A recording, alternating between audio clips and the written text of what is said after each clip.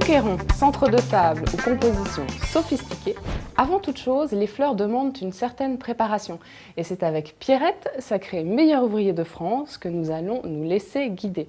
Alors la première étape, la plus facile et la plus agréable, le choix des fleurs. Alors à faire en floristerie ou au jardin. Pierrette, quel est votre premier conseil quant au choix des fleurs ?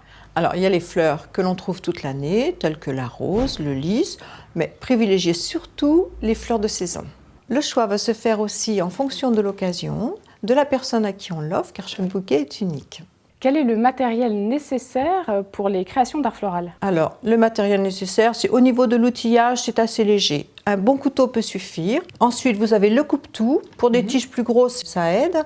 Une agrafeuse. Et à partir de ça, on peut déjà bien travailler. Et y a-t-il un matériel plus spécifique pour les compositions ? Bien entendu, vous allez avoir de la mousse qui est vraiment indispensable pour piquer toutes les fleurs.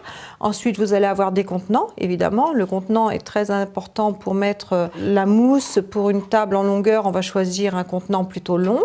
Pour une table ronde, on va choisir un contenant rond. Donc, on peut choisir des récipients aussi simples que ça, mais on peut aussi les garnir, les décorer pour les rendre un petit peu plus élégants. Ensuite, vous allez avoir le raffia si on veut agrémenter ou lier un bouquet. Quelques fils de fer au besoin et le brillant pour faire lustrer les feuillages, pour leur donner un petit peu plus de vigueur, un petit peu plus d'activité. Et au besoin, la colle florale est tout à fait indispensable. Je viens de sélectionner mes fleurs. Quelle est la prochaine étape ? Alors, prochaine étape, j'ai préparé une bassine avec de l'eau tempérée.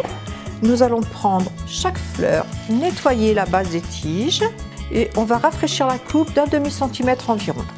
Voilà. Donc pour toutes les fleurs, ça va être la même chose et à chaque fois qu'on aura une opération, que ce soit composition ou bouquet, ce sera la même.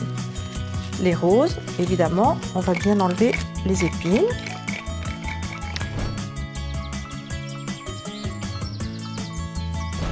On met l'ensemble au frais, donc tout ça est bien dans l'eau. On va les laisser pendant 1 heure de manière à ce qu'elles soient bien hydratées et après on commence notre composition.